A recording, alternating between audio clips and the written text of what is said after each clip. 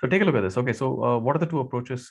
In fact, you could even have a third approach in which we'll talk about this. So how do you approach this? 10 markers first and long answer next, or long answers first and 10 markers next, right? Or you could go sequence wise, first to last, right? Now this again depends on which one you're most comfortable with.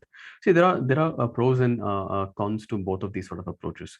See, 10 markers, are you slow in the beginning? You have to ask these questions. Are you okay slow in the beginning, slow or sluggish in the beginning?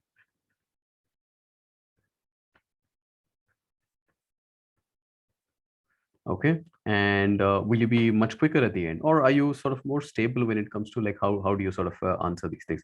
So this thing should be something that fits you best. Try all. Okay, try all, see what works for you.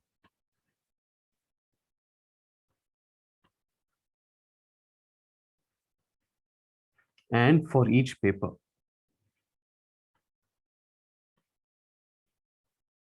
see, I'll give you an example of mine. Okay, can you handle difficult questions at the end?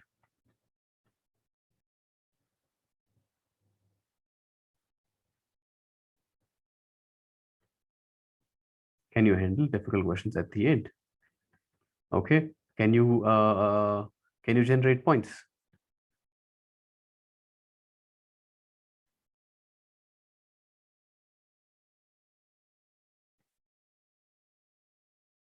Right, so these are all questions that you have to answer before you can decide which one you want to go with.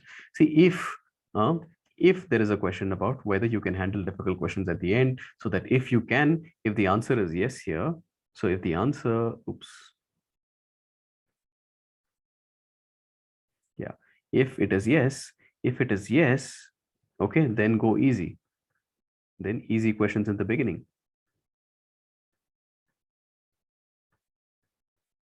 And if you feel like you cannot generate points, can you generate points under pressure? If no, okay, if no, then don't keep difficult questions for the end.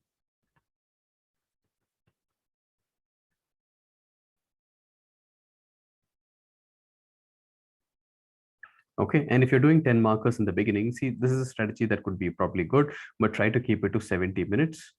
Okay, but if you are sluggish in the beginning, if you're sluggish in the beginning, you would probably end up with 75 minutes. That is 1 hour. Okay, 1 hour and 15 minutes. Okay, which is fine. I think you can make that up. And the rest of the long answer questions, you've already picked up pace and your mind is like, revving, and you're in the zone, so you can probably handle that. If you start your long answer questions in the beginning, you'll have to like again leave at least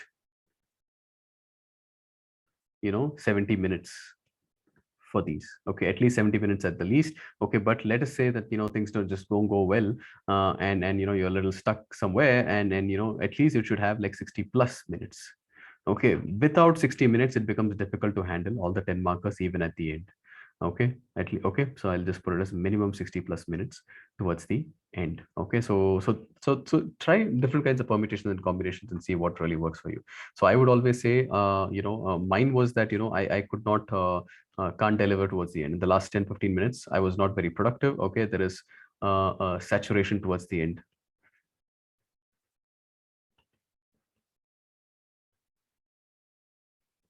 Okay, inability to generate uh, um, you know good ideas towards the end.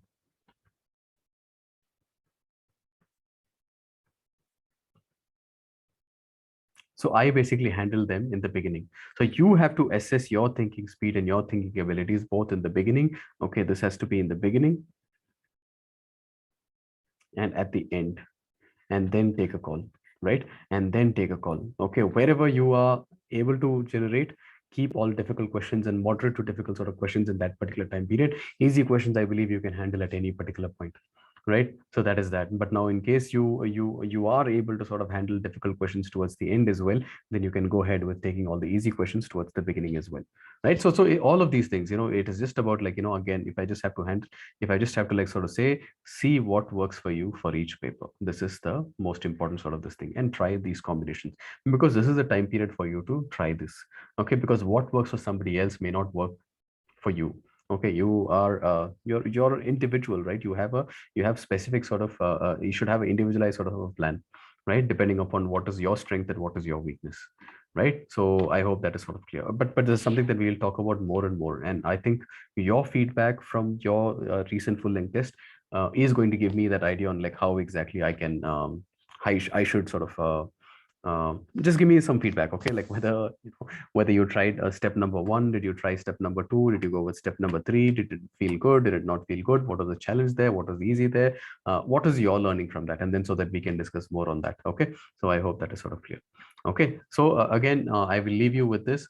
First thing, experiment. Okay, experiment with your style, experiment with your speed, experiment with your the sequence of answers, and so on and so forth. Okay, just take it as practice. Okay, this is like a practice round.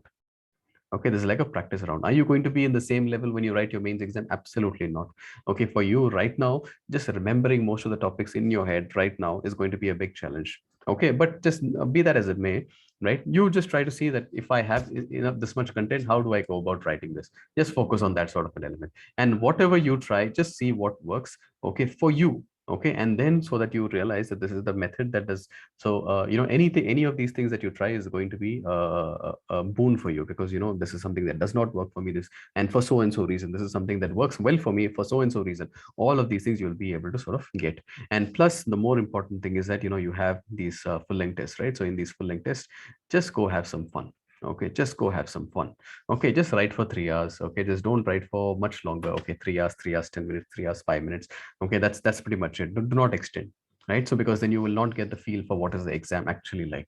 I know writing it in 3 hours is going to be very difficult, but I would suggest that you practice writing within 2 hours and 55 or 2 hours and 52, right? Something along those lines, so that even in the exam hall you can deliver under pressure, right? But the most important thing, don't take too much pressure, especially when it comes to these practice tests.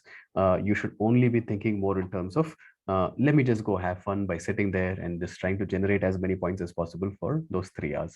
Okay, and whatever you do, you will walk out with more confidence and a good feeling that okay, so these are all the things that I have tried, these are all the things that I have been able to get out of from my head. What is my output like, what is my input like, what should be the next sort of things that I should focus on, what should be the things that I how much more time I need. So there are many things that you're probably going to get out from this particular test, not just the score, not just the feedback. There are plenty of other things as that we can work on as well, okay, for you. Okay, you will get all those sort of kind of those things. So at the end of the day, okay, I wish you the very best, all the best, and absolutely have some fun, and I will see you guys in the very next session. Okay, take care and all the best. Take care. Bye bye.